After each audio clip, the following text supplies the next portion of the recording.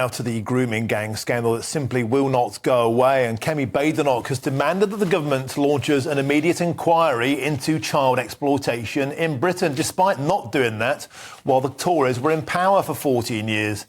And this comes as Sir Keir Starmer is attacked over his handling of the Oldham Grooming Gang scandal when he was also head of the Crown Prosecution Service, with Labour blocking an inquiry yesterday into his conduct at the time.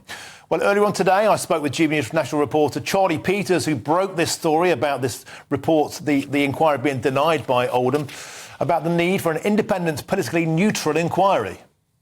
Yeah, well, that's precisely what the survivors in the town are saying. They just don't believe in the council to do the job. And that's why the council made that request directly to the Home Office, with Jess Phillips, of course, as we revealed, saying no. She said she understood the strength of feeling, but she believed it was up to Oldham to do its job. Now, I understand that Oldham Council will now reach out to Telford to try and understand how they did their report and repeat that process. But many survivors concerned that even with this amount of attention, it just won't be right again. Now, that appalling situation you just referred to, Martin, Shabir Ahmed, probably one of the most shocking revelations of the national scandal. That was revealed in a report conducted that looked only at 2011 to 2014.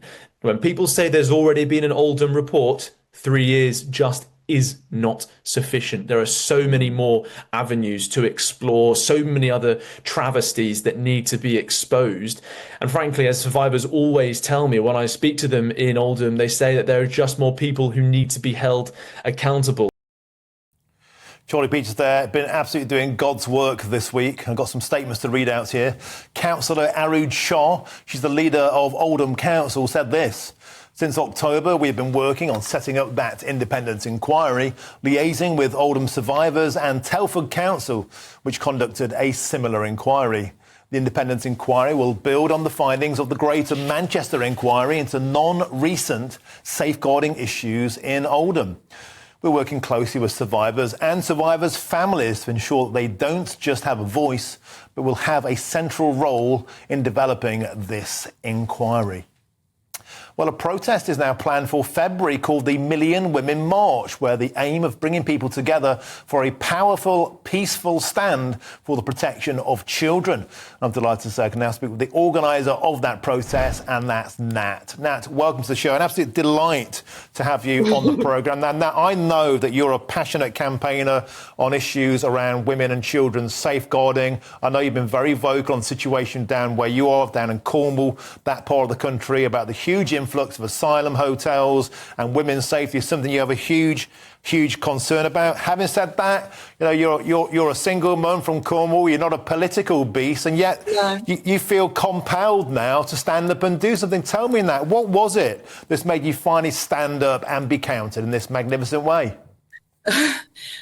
Well, it really started off as, I mean, the toothpaste is never going to go back in the tube, is it, after this week especially? It was the horrific, detailed judges summing up of what those poor little girls went through, the actual details, because the media have managed to skirt around these issues by manipulating language a lot. They say a little girl slept with 100 men, or even the term grooming gang, I have my dog groomed. It's not an onomatopoeia. It doesn't describe the horrific torture and cruelty that goes on. But it's not just the grooming gangs.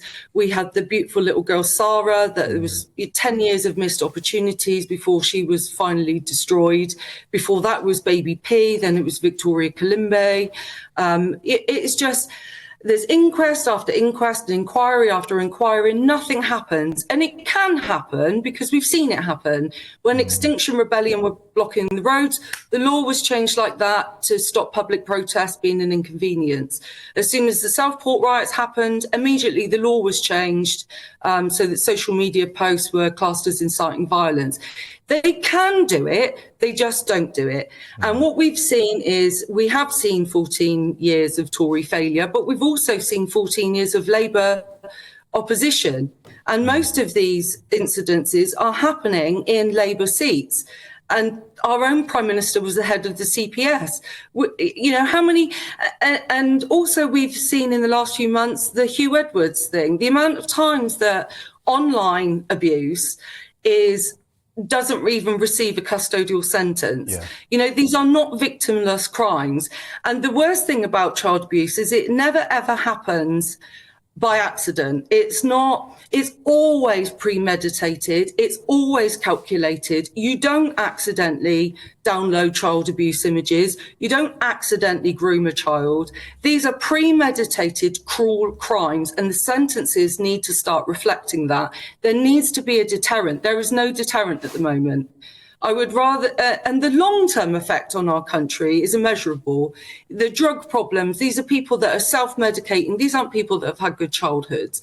And with the drugs comes the crime. And with the crime, you know, getting hold to today's children are tomorrow's future. And I think enough is enough. And there's, as with David Ames, when that tragedy happened, the first thing to blame was social media. Now they're blaming Elon Musk for, you know, vocalizing the horrors of it. They have to stop deflecting. This is a hot potato that they all just keep passing to each other. Meanwhile, it continues. It's been going on since the 90s. And if they all just keep passing this hot potato between them and having inquiries and costing the taxpayer millions, we know the answer. So just deal with it. Just change the laws, strengthen the sentencing. After a spate of serious acid attacks in the UK, laws were changed almost overnight. And when do you hardly ever hear of an acid attack now? Strong sentencing matters, and there isn't any. Most people are just walking free at the moment with a suspended sentence. It's worth the risk. If you're a depraved pervert, it's worth the risk half the time. And if, you know, we've got thousands of predator hunters in the country, we shouldn't have that. We should have a centralised police force that are prioritising the welfare of children from sexual predators. Nat, you know, I'm listening to you here, and I'm feeling such mixed emotions. On the one hand, it's astonishing to hear you speak like this. You're so wonderful and so eloquent, and you're so passionate, and you are ready made for this. I mean, you need to come forward and be something in a movement or something. You really, really do. And I'm also ashamed about what you're saying, because it's true. You know, of what we've allowed to happen in this country, and how everyone has just systemically buried their heads in the sand, and it's a deep, deep stain on our entire country. And I think that's now being picked up internationally. And I wanted to ask you about the march. We don't have an awful lot of time left. You've been compelled to stand up and do a march in London. I know you've never organised anything like this in your life. This is a huge challenge for you. You're an ordinary mum who's just standing up. And I think actually that's what makes it so special. You're not a political beast. You don't have a cause. You're doing this because you believe in the broken children and women of Britain. Tell us about the march, when it might be, and how can people get involved and support you? Well, I'm starting to get a lot of help. Like you say, I don't know what I'm doing. So I'm really calling upon people to help me. But it's on the 17th of February at 12 o'clock. And we're starting at Boadicea, her statue in Westminster. We think that's quite a profound place to start, because obviously her daughters were terribly violated, and she took on London, and her back faces London, where she eventually burnt it to the ground with 120,000 other Britons that were enraged about the violation of her virgin daughters. So we thought that was a quite profound place to start. But people have started to talk about setting up their own ones on the same day around the country. So Cardiff, Scotland, Edinburgh, Northern Ireland. So we really want to get the movement going. And what's wonderful about it, and what's really touched me, is it's across the political spectrum. There's no left and right. Nobody's talking about any of that. Nobody's bringing their agenda on children, and it doesn't matter who the children are or who the matter, whatever their background, whatever their race, whatever their religion. We all have to come together, because that's something that can unite us. I need to quickly ask you, how do people get involved? Where do they go? What do they do? Is there a Facebook page or anything? Facebook page called the Million Women March now, or they could just Twitter search Million Women March. There's more and more things cropping up, so the people can come along to the London March or get involved at a local level. But we just want to make it unable to ignore anymore. Yeah. We stand together. Okay, we have to leave it there now. Wonderful stuff. Thank you so much. And I'll make sure I give that a boost on my social media to try and help you out. Thank you so much for joining us today. Now, Safeguarding Minister Jess Phillips responded to the council's request.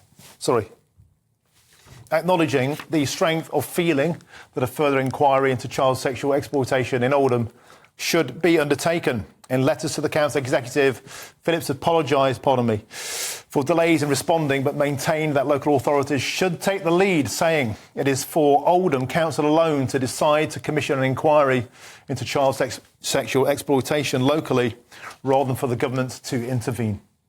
And she welcomed the council's resolution to continue its work with victims and survivors. I'm sorry for my outburst there.